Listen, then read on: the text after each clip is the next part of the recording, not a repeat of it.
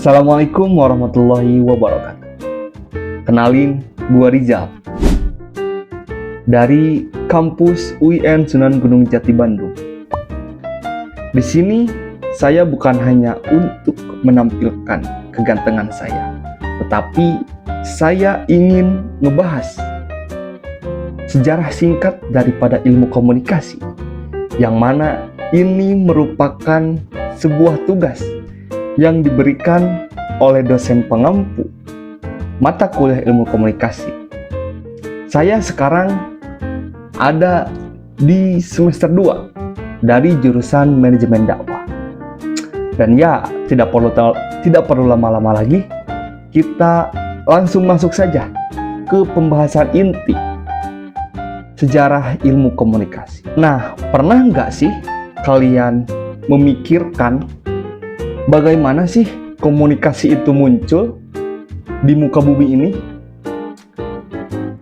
Ilmu komunikasi itu bukan hasil dari upgradean internet ataupun HP. Jauh sebelum itu, pada zaman dahulu, komunikasi sudah eksis dari zaman orang-orang belum kenal tulisan ataupun gadget dan sebagainya.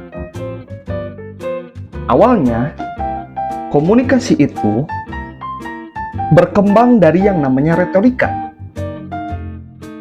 alias skill ngomong di depan orang banyak,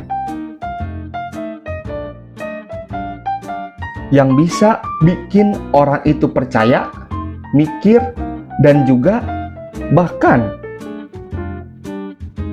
orang itu bisa termanipulasi oleh kata-kata yang diomongkan oleh kita.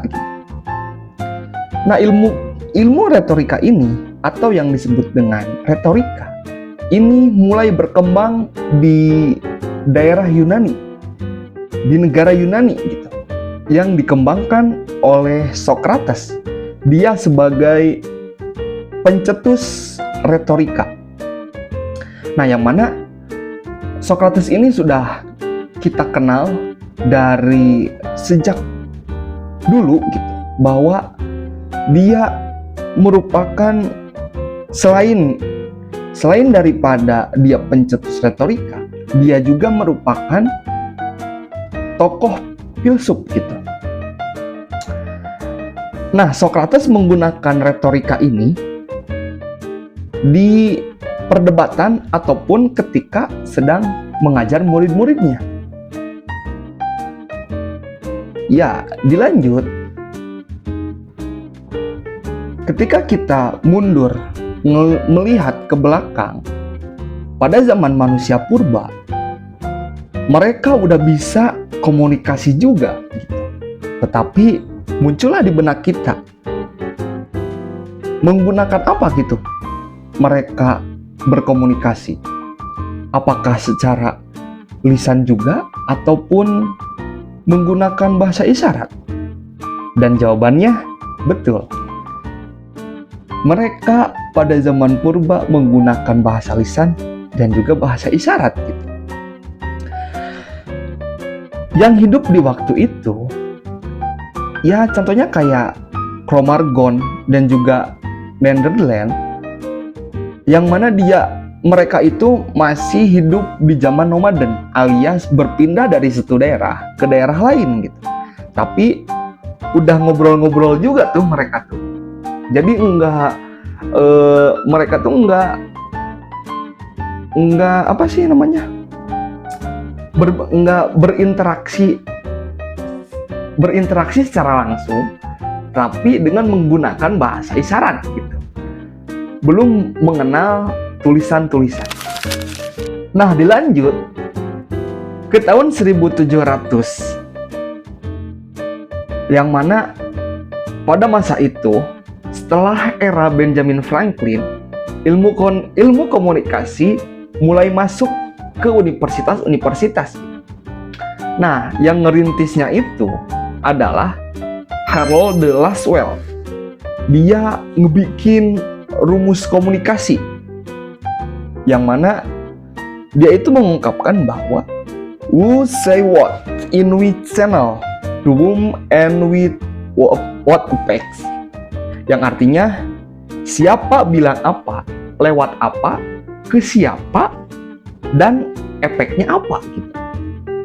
Fix ini merupakan sebuah rumus komunikasi yang juga digunakan pada zaman sekarang. Nah, kemudian pada zaman teknologi pun nggak kalah ngaruh gitu pada zaman sebelum-sebelumnya. Dulu orang jauh-jauh naik kuda, unta, dan juga delman. Ya slow banget lah kalau menggunakan kendaraan-kendaraan itu. Tapi pas kereta muncul di tahun ataupun abad ke-19, yang mana kereta ini muncul dari Inggris, semuanya jadi serba cepat, jadi serba instan. Dan efeknya, informasi pun jadi makin mudah gitu untuk dapat menyebarnya. Nah, hasil daripada teknologi ini, kita bisa menggunakan alat-alat canggih gitu, seperti yang ada di depan saya, laptop ataupun HP, handphone. Nah, kalau pada zaman sekarang, komunikasi itu udah ada di level tingkat dewa. Kalau kita mau chattingan, video call, ataupun debat receh pun bisa kita temukan gitu di teknologi-teknologi canggih. Kita tinggal ketik aja, tinggal klik, dan muncullah apa yang kita inginkan. Nah, kemudian setelah kita membahas perjalanan singkat dari sejarah ilmu komunikasi, kemudian kita akan membahas apa itu komunikasi. Di sini ada beberapa ilmuwan-ilmuwan yang mengungkapkan tentang komunikasi. Nah, kalau lu ngomong sesuatu ke temen lo, harapannya dia paham kan apa yang lo omongin itu, apa yang kalian ataupun yang teman-teman omongin itu, ya pasti harus dipaham lah oleh orang yang mendengarkan gitu. Itu kan yang menjadi harapan buat kita yang bicara terhadap lawan bicara kita ataupun yang mendengarkan, supaya obrolan kita itu dipahami gitu oleh orang yang mendengarkan. Nah, itu udah masuk ke ranah yang namanya komunikasi. Kemudian di sini ada tokoh yang menjelaskan, yaitu menurut Shannon and Weaver, komunikasi itu adalah proses saat seseorang ngasih stimulus ke orang lain dengan tujuan buat mengubah atau membentuk perilaku mereka. Nah, contohnya ketika kita ngobrol ke si A gitu. Nah, kita mempunyai tujuan ingin mengubah pikiran si A itu. Nah, itu yang diungkapkan oleh Shannon and Weaver. Jadi ketika kita berkomunikasi, kita mempunyai tujuan untuk mengubah ataupun membentuk perilaku mereka gitu. Nah, kemudian ada juga nih ungkapan dari sebuah tokoh terkenal juga di ilmu komunikasi. Pasti kalian nggak asing gitu ngedengarnya, yaitu Everett M. Rogers. Dia bilang bahwasanya komunikasi itu adalah proses di mana ide kita dialihkan ke si penerima pesan gitu, atau si pendengar. Nah, buat apa nih ide kita dipindahkan kepada orang yang mendengar? Ya, tidak lain dan tidak bukan, sama halnya juga seperti yang diungkapkan oleh Shannon and Weaver. Tujuannya untuk mengubah tingkah laku dan juga membentuk perilaku mereka gitu. Simple, tapi ini mempunyai powerful. Karena setiap pesan itu punya tujuan. Setiap yang kita sampaikan punya tujuan. Nah, tapi tunggu. Komunikasi itu bukan sekedar soal ngirim pesan dan juga nerima pesan gitu. Ada juga yang namanya komunikasi itu satu arah. Tapi ada juga yang diadik alias dua arah. Nah, kalau udah dua arah, artinya ada timbal balik ataupun tanggapan dari si pendengar gitu. Contohnya, ketika kita sedang berdiskusi nih sama anak kelas, sama teman-teman kelas. Nah, kita tuh jangan berbicara satu arah, alias kita hanya cuma ngecoblak. Ngocoblak adalah bahasa dari daerah Sunda, yang artinya adalah berbicara semaunya. Gitu. Sedangkan orang lain cuma mendengarkan. Nah, itu merupakan sebuah komunikasi yang cukup tidak baik gitu. Karena tidak adanya proses timbal balik ataupun tanggapan dari orang lain kepada kita. Nah, dilanjut. Ketika ada respon dari orang lain, maka si komunikasi itu akan berjalan dengan lancar. Alias kita akan tahu apa pesan atau isi yang disampaikan oleh si pembicara ataupun pemantik. Nah, ini juga menjadi komunikasi kita itu makin hidup gitu.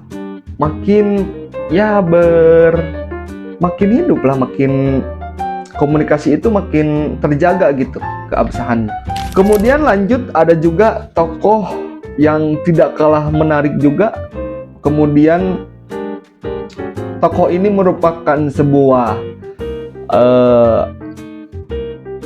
ahli dalam bidang ilmu komunikasi, yaitu Hovland. Dia mengatakan bahwasanya komunikasi itu saat seseorang ngasih rangsangan ataupun emosional gitu untuk menanggapi apa yang kita katakan, buat mengubah perilaku orang lain. Jadi keempat tokoh ini mempunyai tujuan yang sama. Untuk halnya komunikasi itu untuk mengubah perilaku ataupun mengubah pola pikir gitu orang lain. Jadi sebenarnya setiap kata yang kita keluarin bisa jadi trigger buat respon tertentu. Kayak kita ngomong pelan-pelan, calming, terus kita bentak-bentak, chaos gitu. Nah, tapi ada juga yang bilang kalau komunikasi itu cuman proses linear, alias satu arah doang. Kalau kayak gitu nggak nyambung dong sama komunikasi tatap muka, alias face to face gitu. Karena dalam kenyataannya komunikasi itu ngalir dua arah, kayak kita main pingpong. Ada sanggahan, kemudian ketika kita berbicara ada juga gitu lawan bicara kita yang menanggapi pesan yang kita sampaikan. Nah, maka muncullah konsep komunikasi sebagai interaksi. Nah, tentunya kita sebagai makhluk sosial perlu berinteraksi sesama orang lain, karena itu menjadi sebuah kebutuhan bagi kita untuk selalu berinteraksi gitu pada orang lain. Bukan cuman ngomong, tapi kita juga harus nenggapin. Bukan hanya mendengarkan, tetapi kita juga harus mengerti atau paham atas apa yang disampaikan oleh orang lain kepada kita. Nah, jadi Intinya, komunikasi itu lebih dari sekedar ngomong, bercakap-cakap gitu. Itu soal ngasih pengaruh, membentuk reaksi, dan yang paling penting nyambungin pikiran sama pikiran. Nyambungin pikiran kita sama pikiran orang lain. Nah, kalau kalian suka konten-konten yang kayak gini, bolehlah di like dan juga subscribe. Jangan lupa like, comment, share, and subscribe. Dan walaupun ini salah satu tugas kuliah gitu, tapi tidak mungkin kan untuk Anda menge-like video ini. Ya, terima kasih. Sampai jumpa di video-video berikutnya yang tentunya nanti kita akan membahas lebih banyak lagi tentang seputar komunikasi. Terima kasih. Wassalamualaikum warahmatullahi wabarakatuh.